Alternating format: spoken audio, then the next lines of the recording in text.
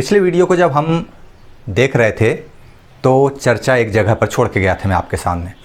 वो ये था कि रेल किसे कहते हैं, यही प्रश्न था ना वो।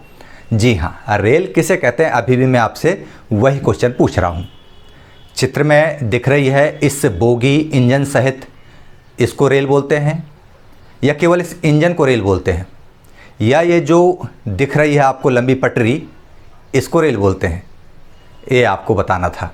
तो मैं आपको बता दूं कि जिस तरह से गाड़ी में घोड़ा लगा हो तो घोड़ा गाड़ी हो जाती है, गाड़ी में बैल लगा हो तो बैलगाड़ी हो जाती है, भैंस लगा हो तो भैंसा गाड़ी हो जाती है।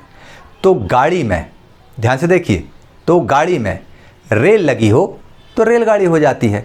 इंजन गाड़ी भी बोल सकते हैं हम रेलगाड़ी को, क्यों? क्योंकि इसमें सामने इंजन लगा होता है, मतलब रेलगाड़ी को हम इंजन गाड़ी कह सकते हैं। जैसे बैलगाड़ी, घोड़ा गाड़ी, भैंस गाड़ी, ऐसे ही इंजन गाड़ी।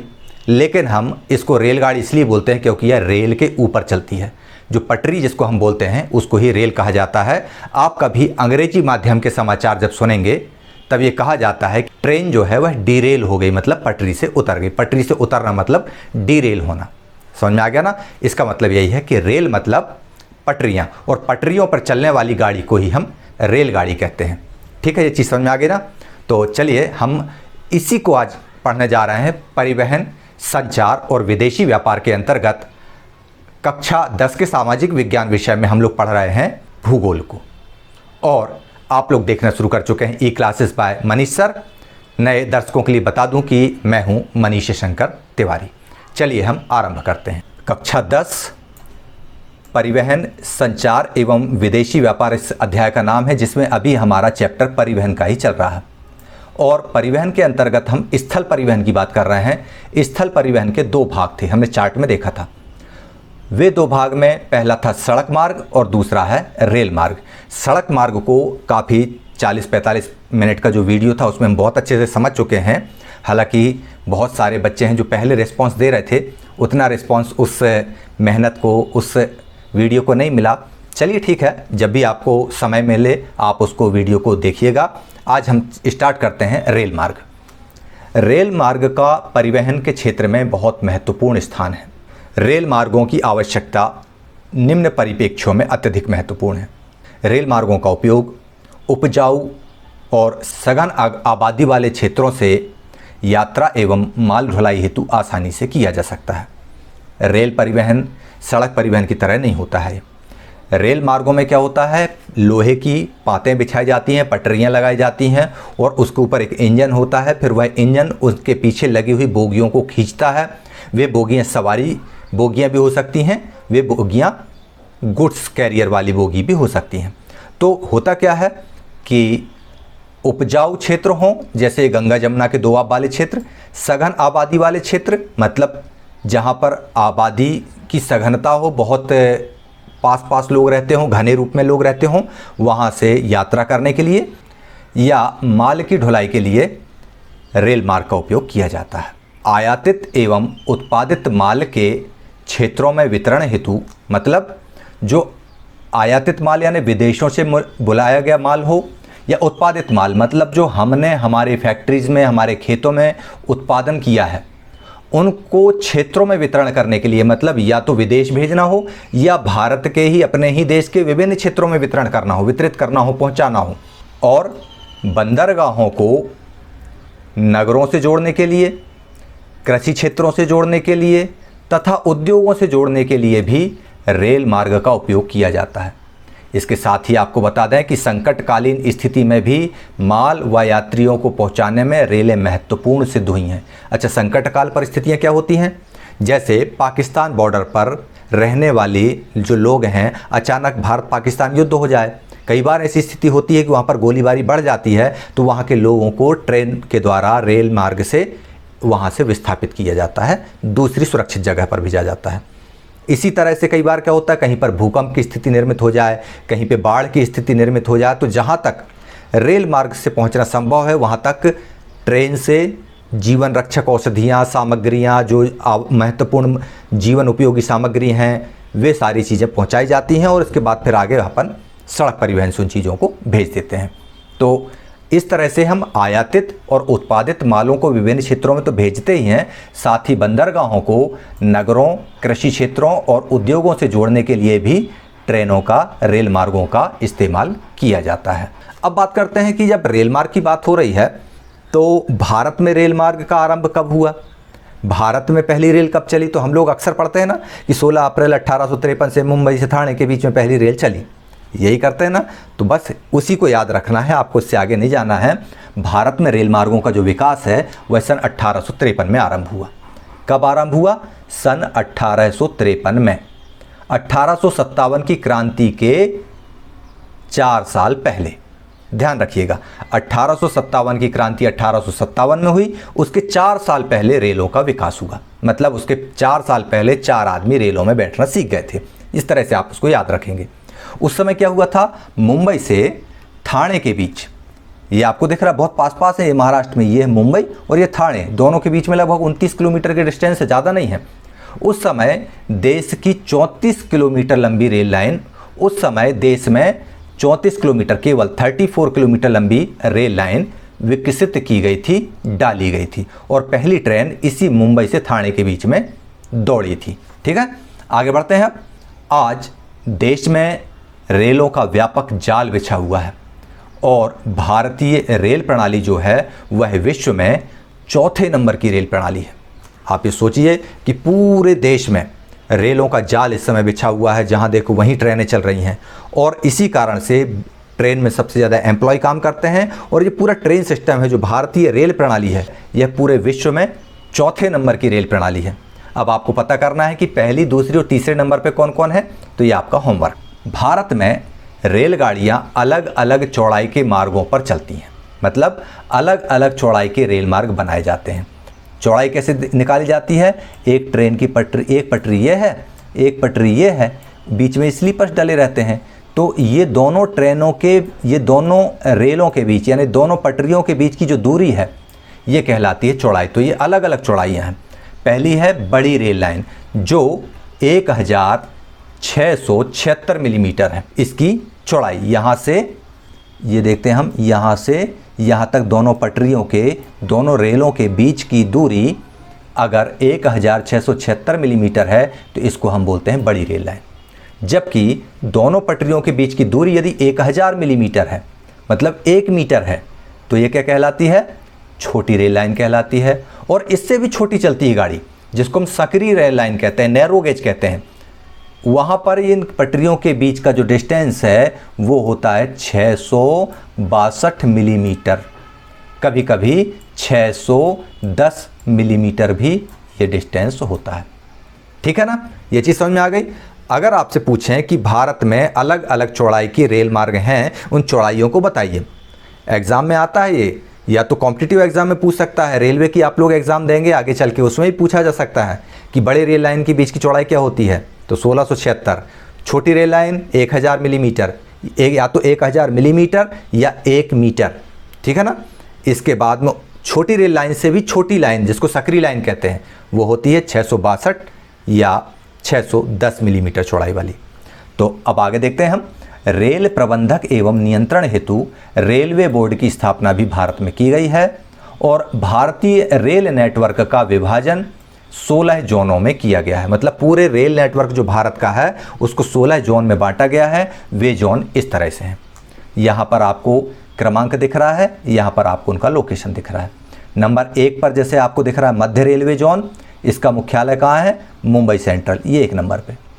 9 नंबर यहीं पे दिख रहा है, दैट मीन्स यहाँ हम 9 नंबर देखते हैं कहाँ, ये है पश्चिम रेलवे का, इसका मुख्यालय भी मुंबई में चर्च गेट पर है। यानी मुंबई में 2 रेलवे जोन है, एक चर्च गेट का 9 नंबर वाला और एक मुंबई सेंट्रल। ठीक है। आगे 2 नंबर पे पूर्वी रेल का जोनल मुख्यालय कोलकाता में है। 2 नंबर कहाँ है नक्शे में, ये है, ये डॉट दिख रहा है, ये 2 नंबर। अच्छा, यहाँ पर 3 नंबर एक साथ दिख रहे हैं, 2, 8 और 15, तो 8 भी, ये भी कोलकाता में है। 15 नंबर कहाँ है, ये हुबली, हुबली भी वहीं कोलकाता के पास में ही है। यानी ये 3 जोन मुख्यालय कोलकाता में है। ठीक है। इसके बाद चौथा उत्तर पूर्व रेलवे गोरखपुर में है। चौथा ये गोरखपुर, ये पॉइंट दिख रहा है गोरखपुर का, यहाँ वाला 4 नंबर का ये गोरखपुर। और आपको देखना है जबलपुर देखते हैं हमारा कहाँ पर है। चलिए 16 नंबर पर जबलपुर दिया है। ये देखिए, ये मध्य प्रदेश के जबलपुर में भी रेलवे का जोनल मुख्यालय है।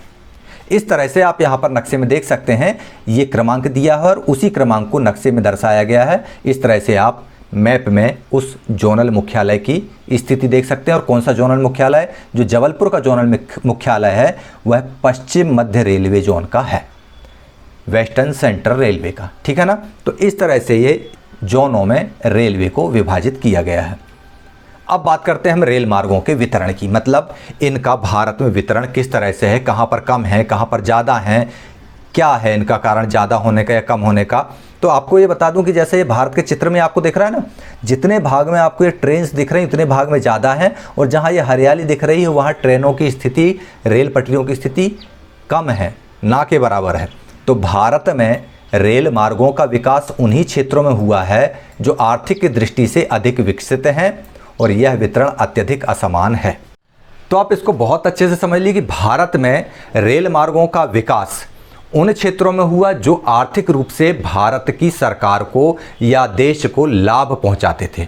डेफिनेटली आप लोग इस चीज़ को तो बहुत अच्छे से समझ रहे होंगे। इस मैप में भी आप देख रहे हैं कि जहां पर रेल निर्माण की सामग्री की उपलब्धता तो ठीक है, लेकिन जहां पर वे राज्य जहां पर बंदरगाह स्थित हैं और उत्पादन का आयात और निर्यात होता है वहां पर रेल मार्ग स्थापित किए गए, या वे राज्य जहां पर खनिज उत्पादन अधिक होता है, वे राज्य जहां पर फसल उत्पादन अधिक होता है। मतलब कुल मिलाकर बात यह है कि वे राज्य या वे स्थान या वे क्षेत्र जो आर्थिक दृष्टि से उपयोगी हैं वहां पर रेल मार्गों की स्थापना प्राथमिकता के आधार पर की गई, और इसीलिए यहां पर वितरण में बहुत ज़्यादा असमानता है। जो लाभ देने वाले क्षेत्र थे उनमें सघन रूप से रेल मार्गों की स्थापना कर दी गई, और जो कम लाभकारी थे वहां पर विरल रूप से रेल मार्गों की स्थापना की गई। चलिए हम इसको समझते हैं। सबसे पहले हम देखते हैं अधिक सघन रेल मार्ग क्षेत्र। यह क्षेत्र उत्तर भारत के सतलज गंगा के मैदान में पंजाब से लेकर पश्चिम बंगाल तक विस्तारित है। ये आप नक्शा में देख रहे हैं, आपको मैं रिवर्स करता हूँ फिर से। ये देखिए, ये जो सतलज गंगा का मैदान आपको दिख रहा है इसको हम उत्तरी मैदान भी कहते हैं भारत का। इसको आपने 9th क्लास में पढ़ा हुआ है भौतिक विभाग में, वहाँ पर दिया गया उत्तरी मैदान, नॉर्दर्न प्लेन। यहाँ पर ये पंजाब से लेकर के पश्चिम बंगाल तक विस्तारित है, ये सतलज और गंगा का मैदान, जिसे हम उत्तरी मैदान भी बोलते हैं। यहाँ पर रेलवे का सबसे अधिक विस्तार हुआ है, सबसे ज़्यादा सघनता से विस्तार हुआ है।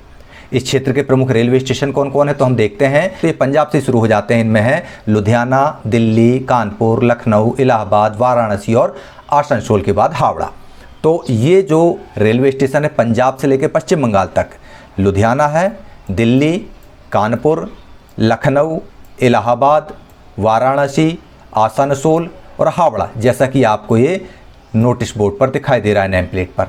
तो अधिक सघन रेल मार्ग की बात अगर आए तो अब आपको रटने की आवश्यकता नहीं है इस प्रश्न के लिए।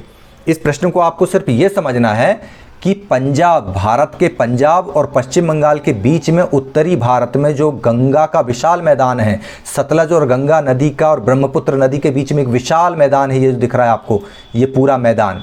इस मैदान में चूंकि यहाँ पर आबादी भी सघन है और यहाँ पर फसलों का उत्पादन भी बहुत अच्छा होता है, इसलिए यहाँ पर अच्छा मैदान भी है। ये मैदान में ट्रैक बिछाना, रेलवे ट्रैक बिछाना बहुत आसान भी होता है, इसलिए यहाँ पर बहुत अधिक सघन रेल मार्ग है और इस क्षेत्र को हम सघन रेल मार्ग क्षेत्र कहते हैं।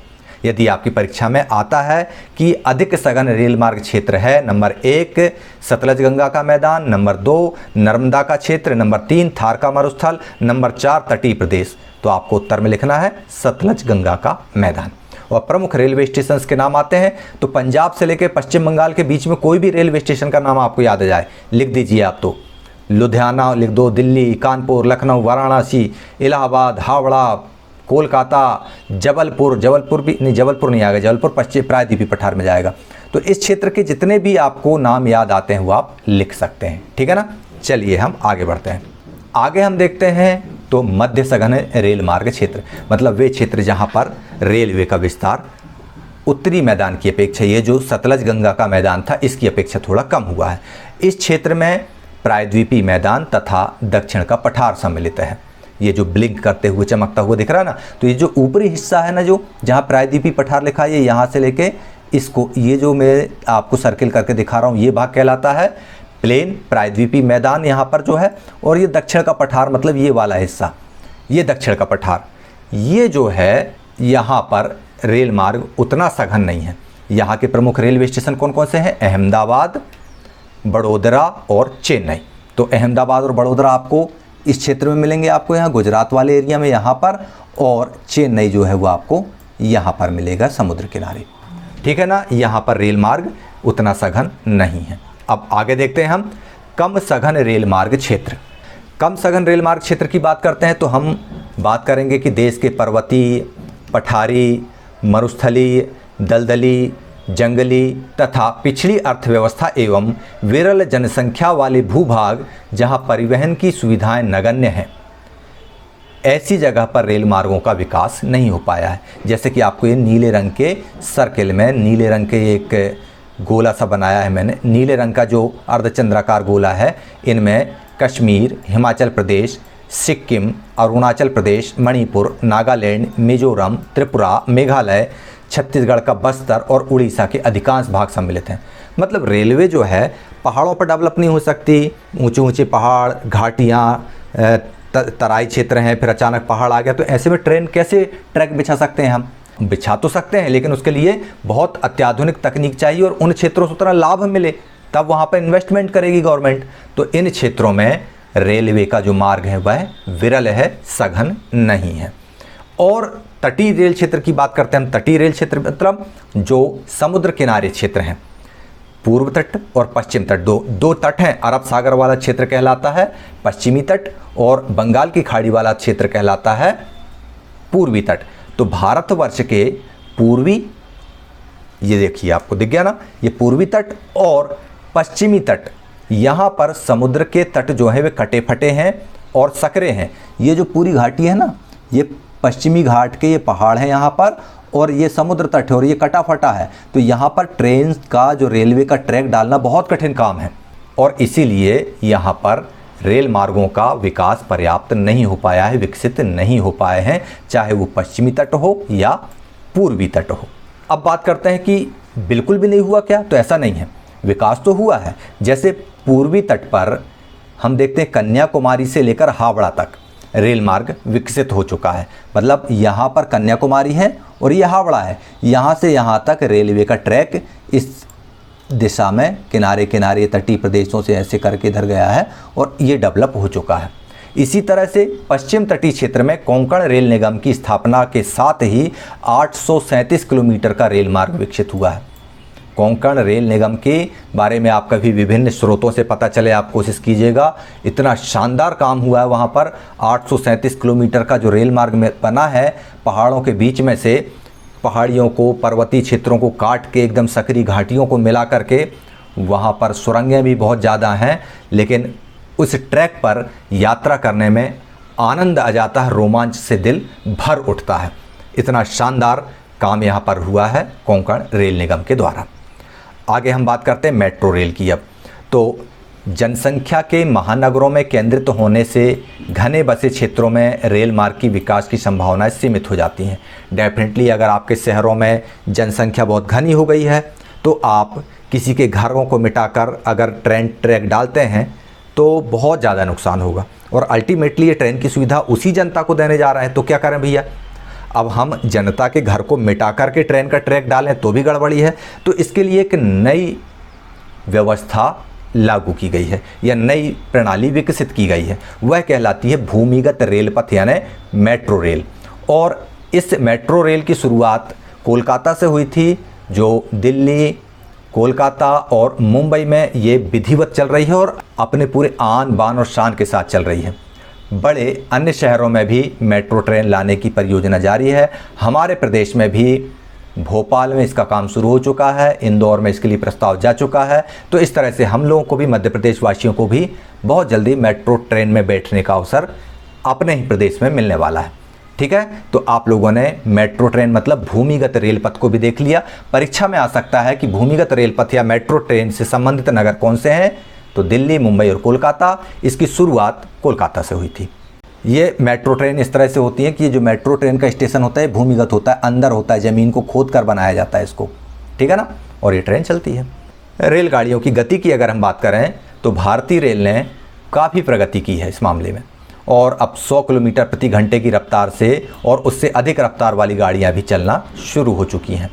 डिब्रूगढ़ से कन्याकुमारी तक 4252 किलोमीटर की दूरी तय करने वाली सबसे लंबी दूरी की गाड़ी है। मतलब डिब्रूगढ़ कहाँ, असम, और कन्याकुमारी कहाँ पर, दक्षिण भारत में।